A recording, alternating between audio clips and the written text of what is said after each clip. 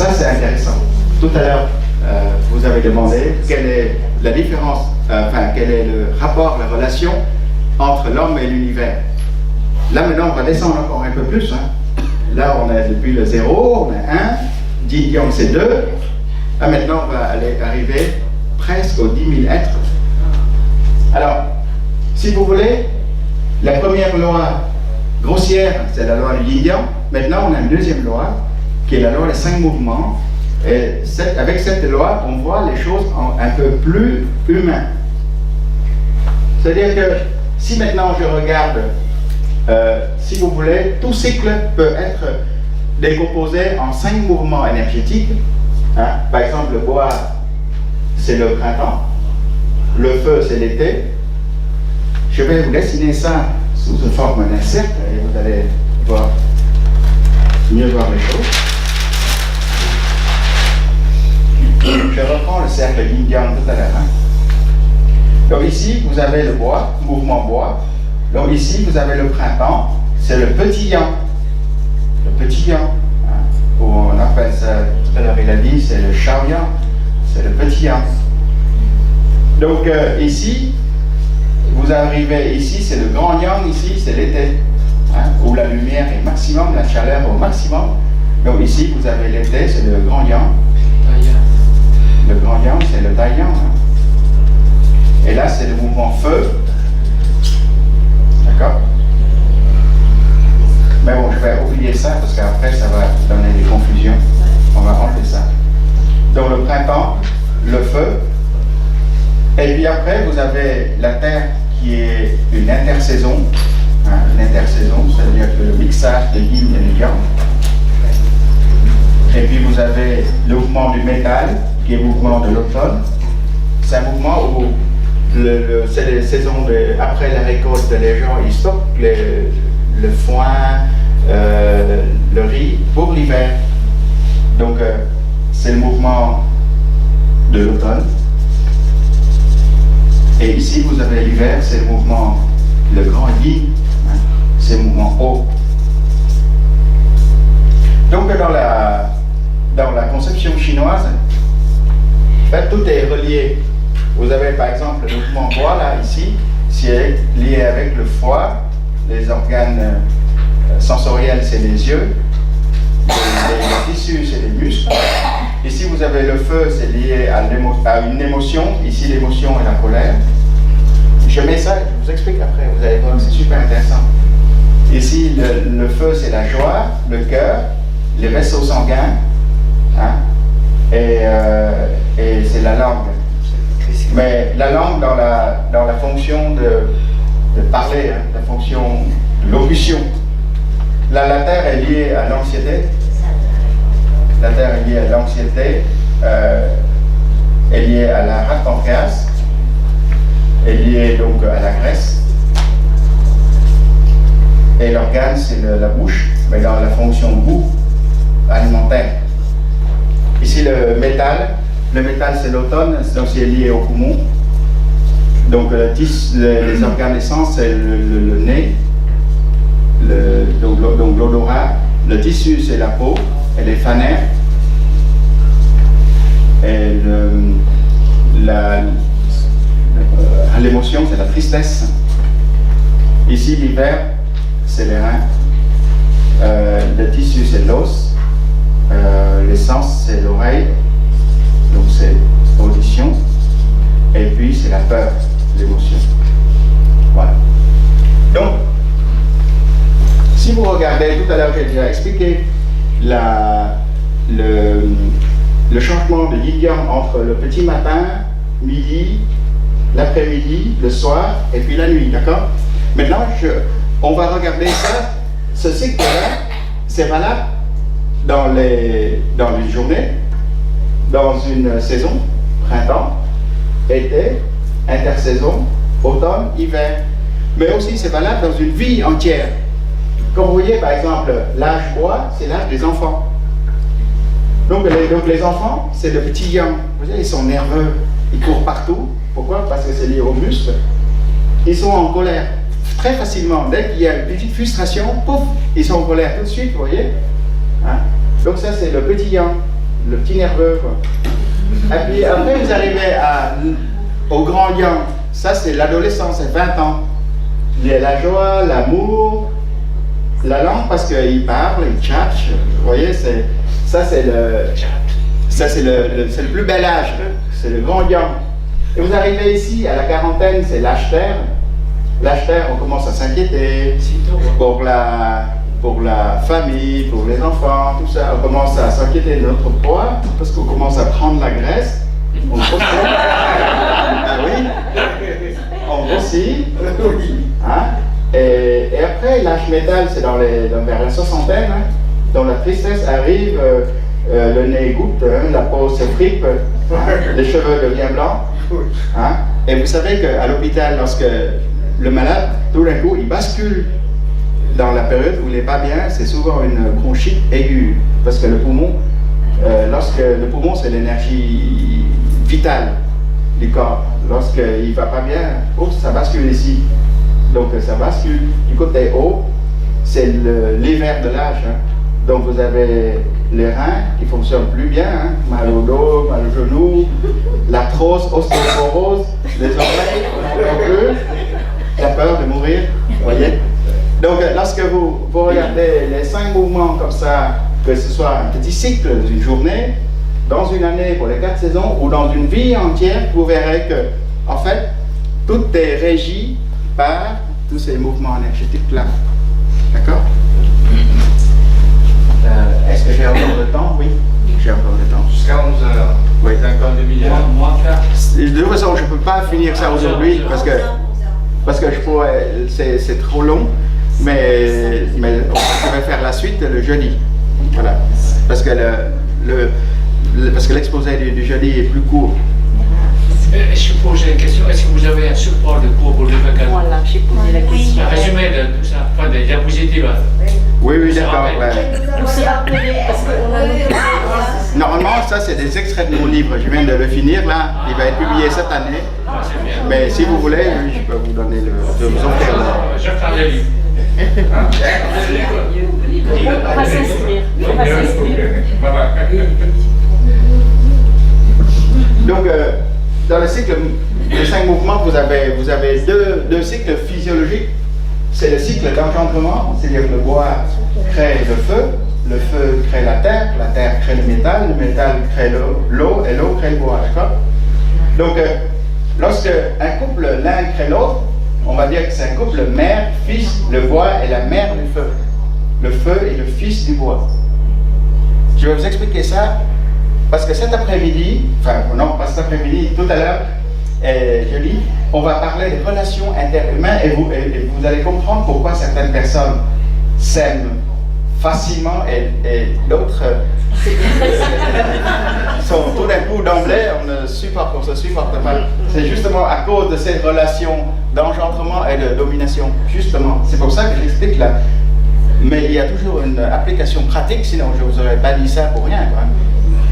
Et donc voilà, ça c'est le premier cycle, c'est le cycle d'engendrement. Et le deuxième cycle, c'est le cycle de domination. Hein. Le bois domine la terre, hein, en le couvrant. La terre domine l'eau. L'eau éteint le feu, donc l'eau domine le feu fait fondre le métal, et le métal scie le bois. Donc ça, c'est le cycle de domination. Donc ces deux cycles-là, c'est le cycle physiologique, et vous avez deux cycles pathologiques, c'est-à-dire que quand les choses ne vont pas bien, c'est soit le cycle d'agression, ça veut dire que le bois, alors dans un cycle de domination, le bois est la grand-mère de la terre, par exemple. Vous voyez, le bois domine la terre, le bois est la mère du feu, le feu est la mère de la terre, donc le bois est la grand-mère de la terre, et la terre est le petit-fils du bois, d'accord? Donc on va parler comme ça pour faciliter les compréhensions. Donc ici vous avez un couple mère-fils, et ici vous avez un couple grand-mère, petit-fils, d'accord? Donc lorsque les cycles d'agression, c'est que la grand-mère, elle domine trop le petit-fils, et le cycle de contre-domination, ça veut dire que le petit-fils, il va se rebeller et il va redominer la grand-mère. Voilà, ça c'est les deux cycles pathologiques. Et on va aller tout à l'heure dans la compréhension plus tard. Donc, tout ça pour vous dire quoi? Maintenant, on va descendre sur Terre. Maintenant, on va parler des 10 000 êtres. Ah oui, j'ai répondu à votre question tout à l'heure d'abord. Alors, quel est le rapport entre l'humain et l'univers? Regardez.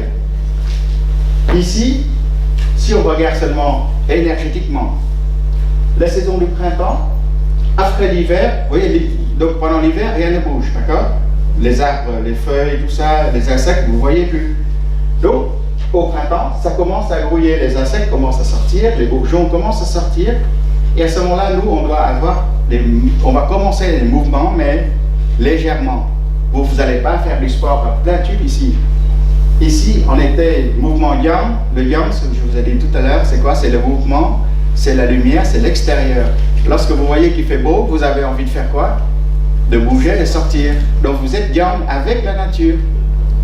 Alors que si vous avez la saison yin qui arrive, c'est gris, c'est froid, c'est triste, vous allez faire quoi? Avoir envie de rester chez vous. Faites la dépression saisonnière. Ah oui.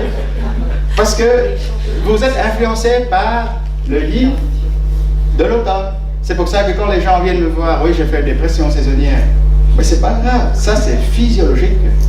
Pourquoi? Tous les insectes maintenant, tous les animaux hibernent, et puis les arbres, les feuilles tombent, la sève rentre à l'intérieur. Eh bien nous aussi on vit avec l'univers, c'est la même chose. On rentre à l'intérieur, on se calme, on ne va pas faire ici pour éviter. Selon les règles de vie, si vous faites trop de mouvements de sport d'hiver ici, vous serez crevé au printemps. Parce que vous n'avez pas la phase de récupération du yin. Et ça j'insiste, hein, après période, il y a un mouvement, il faut toujours le yin, le vrai repos. C'est pour ça que tout ce qu'on fait ici, la méditation assise, le retour vers soi, c'est le métal, c'est le yang, le yin. Donc ça c'est très très important. Parce que si vous n'avez pas ça, parce qu'on est dans une société, on est tout le temps yang. Hein? Si vous êtes productif, vous êtes jeune, vous bougez, vous rapportez de l'argent, c'est très yang, vous êtes bien considéré. Et lorsque vous vieillissez, vous allez dans les maisons de retraite, vous êtes yin, plus personne ne vous considère. Et ça, c'est pas bon. C'est pas bon. Vous voyez dans les films asiatiques, le maître, il va pas s'agiter, il reste sur place, il bouge pas. C'est les élèves qui bougent. Vous voyez? Le yin, c'est la force, tranquille. Et ça, c'est très très important lorsque vous avez fait un tour pour revenir au grand yin. La sagesse, ça ne bouge pas. L'immobilité. Donc, pour rester en harmonie avec la nature, après le mouvement, il faut toujours du repos. Et du vrai repos. Il y a des gens qui disent, ouais, après une journée de travail, je vais aller courir, je vais faire plein de choses, et puis après le soir, je suis épuisé. Donc, quand ils font ça, qu'est-ce qu'ils font?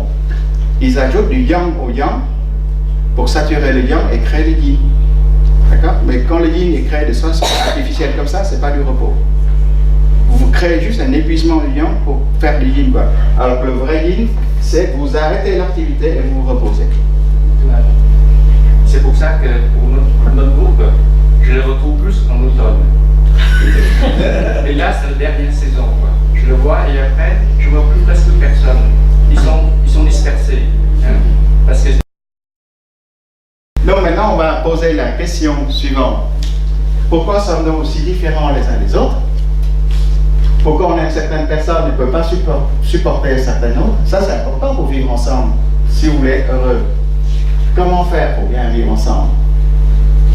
En fait, je vais vous expliquer tout à l'heure, en fait, nous ne sommes pas si différents que ça. Tout à l'heure, vous allez vous reconnaître dans les moules énergétiques. Quand je vais vous parler de certains types de personnes, vous allez vous reconnaître dedans. Et vous verrez que vous n'êtes pas unique. Il y en a beaucoup de gens qui se ressemblent, qui se comportent de la même manière, qui pensent de la même façon. Hein? Donc nous sommes façonnés à travers les moules énergétiques que nous pouvons reconnaître à travers notre comportement quotidien. En effet, chacun de nous souffre souvent inconsciemment à cause des mêmes types de problèmes, provenant des mêmes types de personnes. On est d'accord pour ça? Hein? Pourquoi? Alors maintenant, on va parler de quelque chose de très intéressant et vous allez reconnaître. Nous avons tous des masques et on va essayer d'enlever le masque pour voir ce qu'il y a derrière. Et pourquoi nous avons des masques? Alors je vais vous donner une théorie. Ça fait plus de 20 ans que je suis dessus.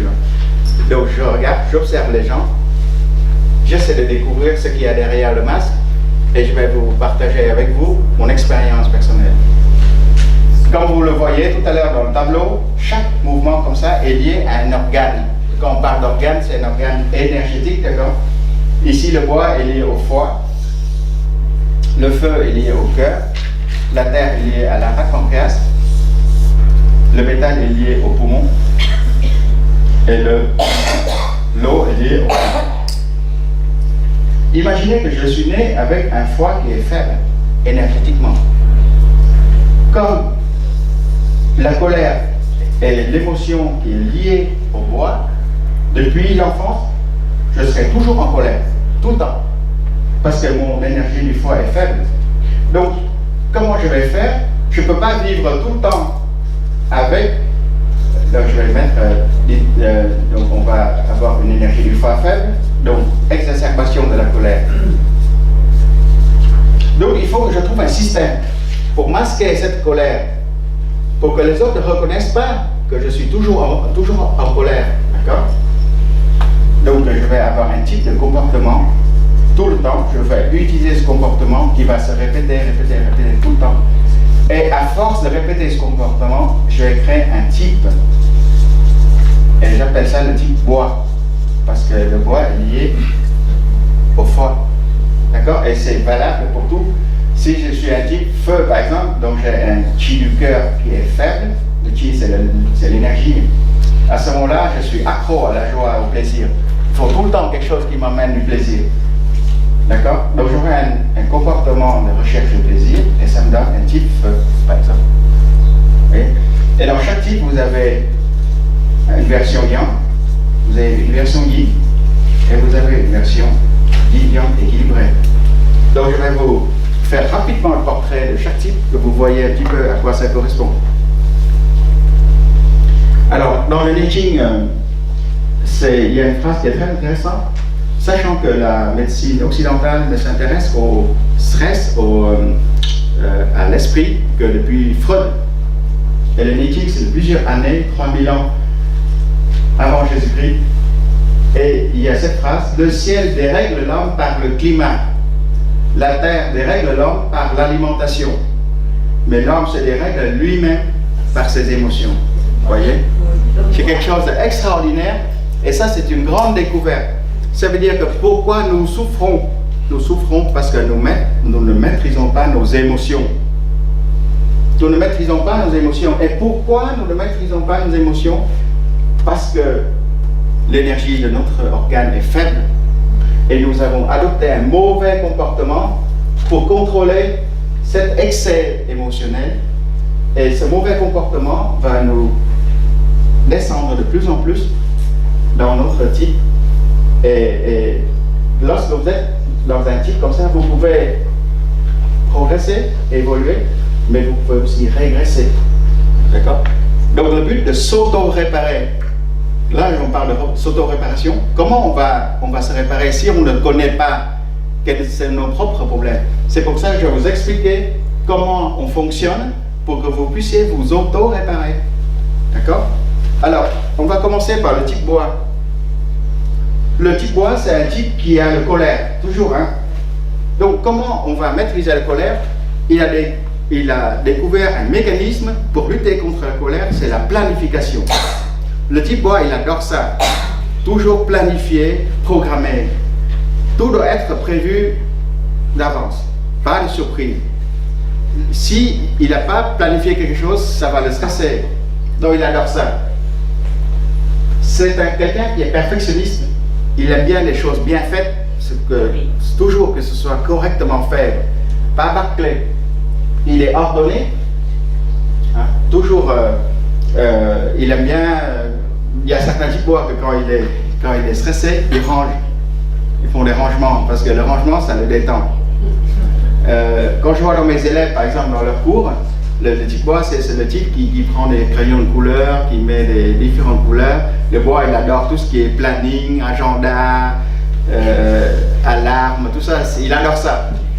Parce que ça le protège contre la colère. Il est assez autoritaire parce que des fois, il ne se rend pas compte, mais il essaie d'imposer sa programmation, sa planification sur les autres. Ça veut dire qu'il pense que ce qu'il planifie, c'est la perfection. Donc, il faut que tout le monde suive ça. Quoi. Je vous donne un exemple typique, c'est ma mère, par exemple. Tu connais bien.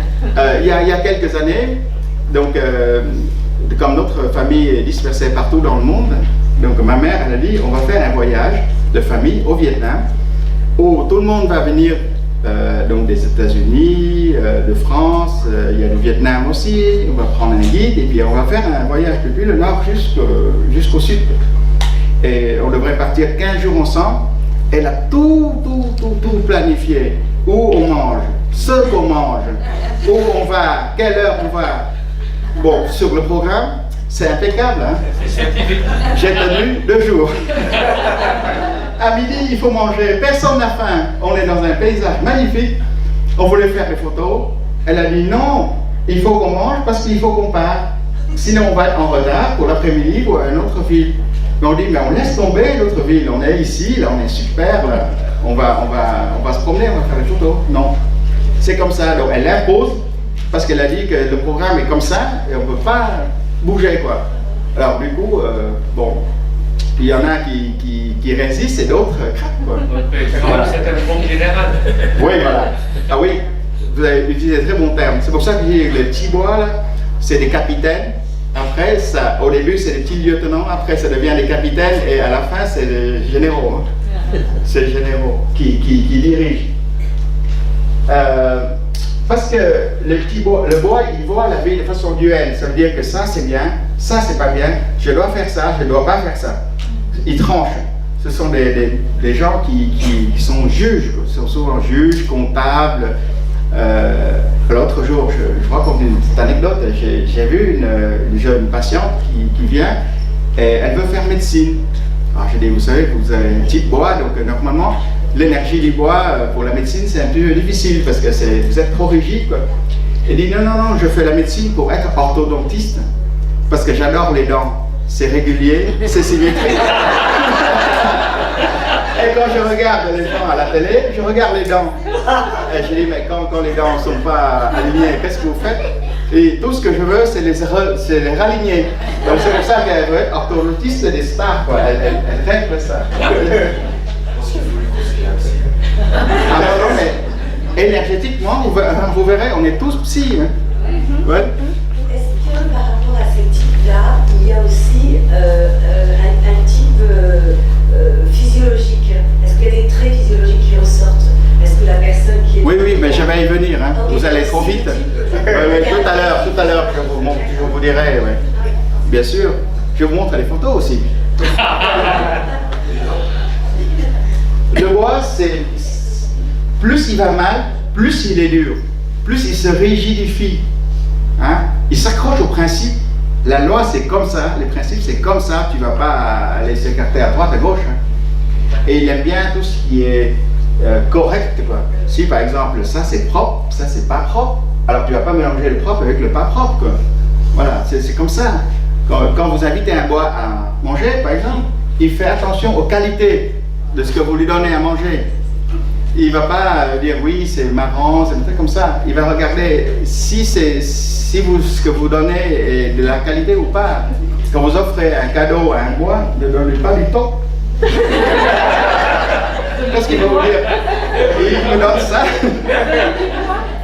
Oui. J'avais une question. Est-ce qu'un bois peut devenir une terre? Non. Ou est-ce qu'un bois... Je vous expliquerai tout à l'heure qu'il peut évoluer en prenant toutes les qualités des autres types, mais il restera bois, fondamentalement. D'accord? Il vous reste 10 minutes pour 10 minutes. vos commentaires. Et puis après, je continuerai ça le jeudi.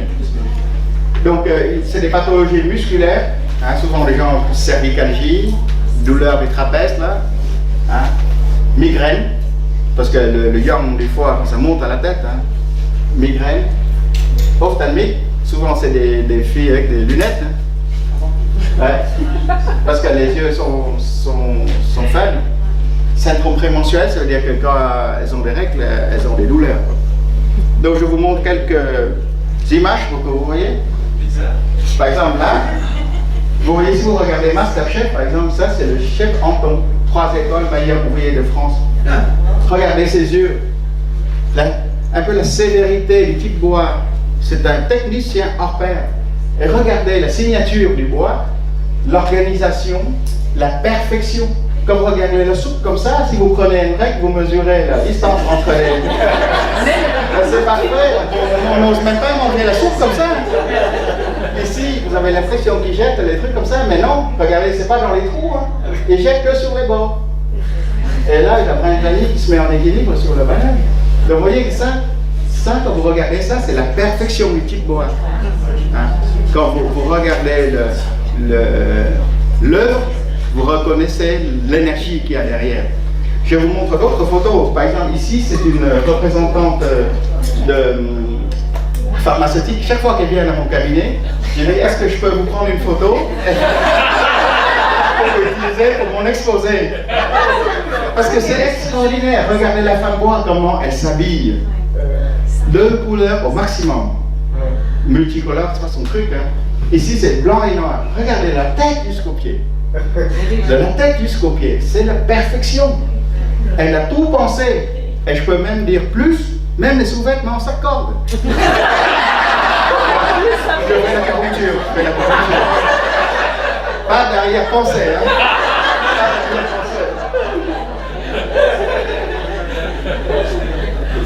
Et le type bois ne triche jamais. Par exemple, comme vous voyez, il y a des femmes qui sont bien habillées, tout impeccable, mais quand elles se déchaussent, les pieds ne sentent pas bon. Le type bois, jamais. Quand c'est propre, c'est nickel. Non, c'est vrai, c'est l'expérience. Hein. Ici, vous voyez, on dit que les femmes de bois, mais en fait, c'est les femmes de fer, mais en fait, c'est les femmes de bois. Ce sont des gens, des dirigeants qui ont du caractère, qui ont la poigne. Parce que le type bois, c'est comme ça, la loi, c'est comme ça, le règlement, c'est comme ça. D'accord? Regardez ses yeux, ça fait peur. Mais c'est qui? C'est des petits bois? C'est possible. Mais je n'ai pas encore regardé sa biographie. Parce que dans mon livre, je donne beaucoup d'exemples des personnages célèbres, parce que j'ai étudié leur vie pour voir un peu tous les événements qui surviennent, pour voir si ça correspond ou pas avec le type. Quoi. Vous avez étudié les Lydie et vous mettrez dans votre brochure et ça montre le Oui, pourquoi pas. Hein. Donc, en gros, les pathologies qui sont favorisées par la colère, hein, donc je vous ai dit déjà tout à l'heure, hein, musculaire tendineux, céphalée migraine, problèmes gynéco, problèmes ophtalmo. Et puis, il y a un problème qui est lié à une planification excessive ou un perfectionnisme exagéré. Donc, le type bois est rarement satisfait de lui-même. Hein.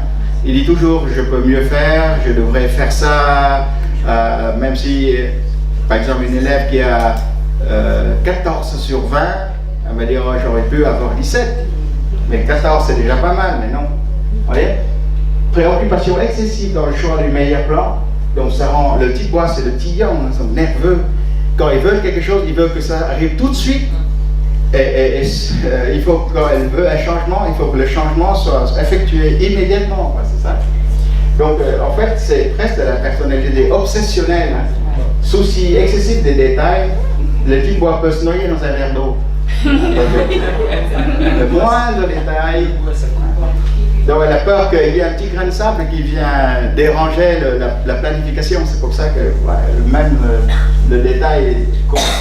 Et donc la grosse souffrance de ce type-là, c'est le lâcher prise.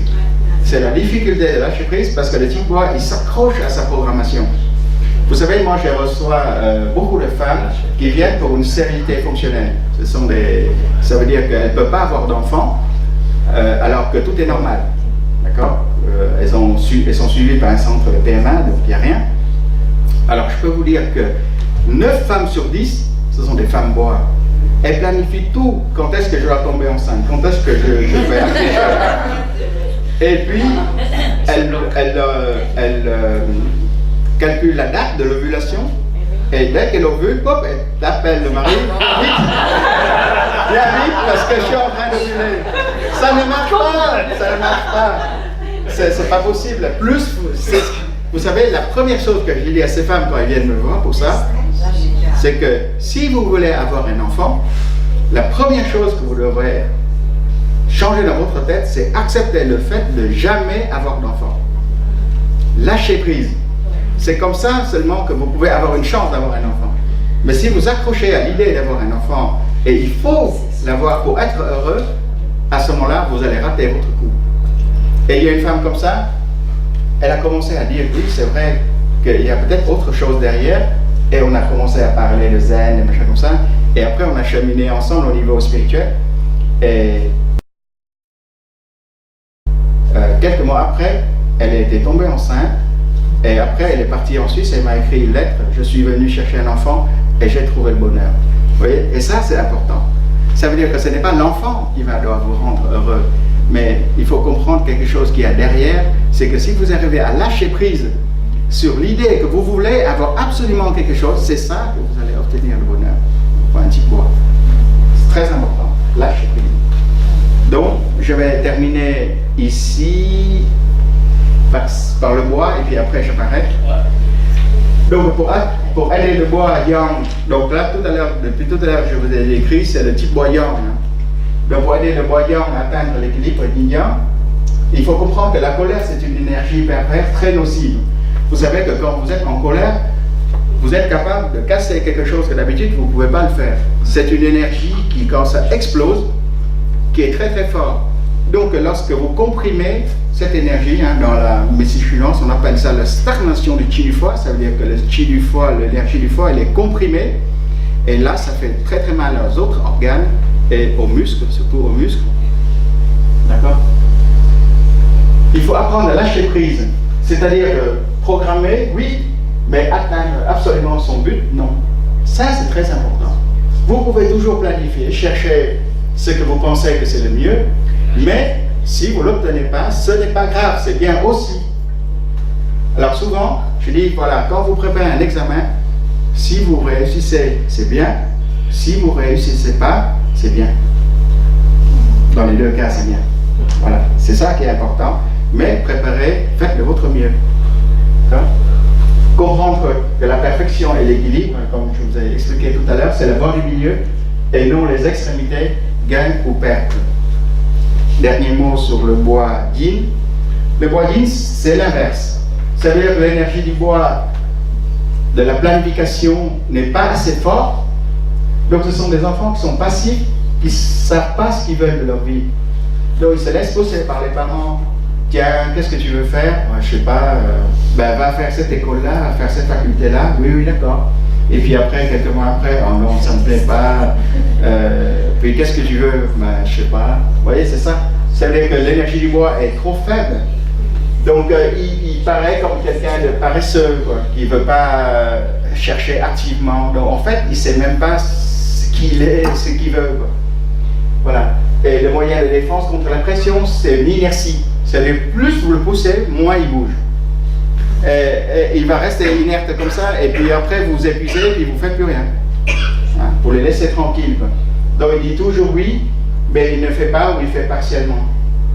D'accord? C'est le bois mouillé, quoi. Ça rentre. Il prend le feu tout de suite. Comment vous faites pour l'activer, le bois yin? Ah, vous voyez, si vous voulez, il y a plusieurs méthodes de travail. Donc je travaille toujours avec l'acupuncture déjà. C'est-à-dire que je tonifie l'énergie du foie.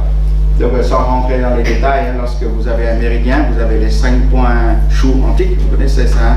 Les points Wushu. Ce sont des points qui ont des propriétés psychiques. Donc il y a les points bois du bois, ce sont des points de dynamisation. Le maître de Caravant, c'était un acupuncteur. Hein? Ah ouais. Ouais, il a travaillé pendant des années comme acupuncteur, il connaît bien la médecine chinoise.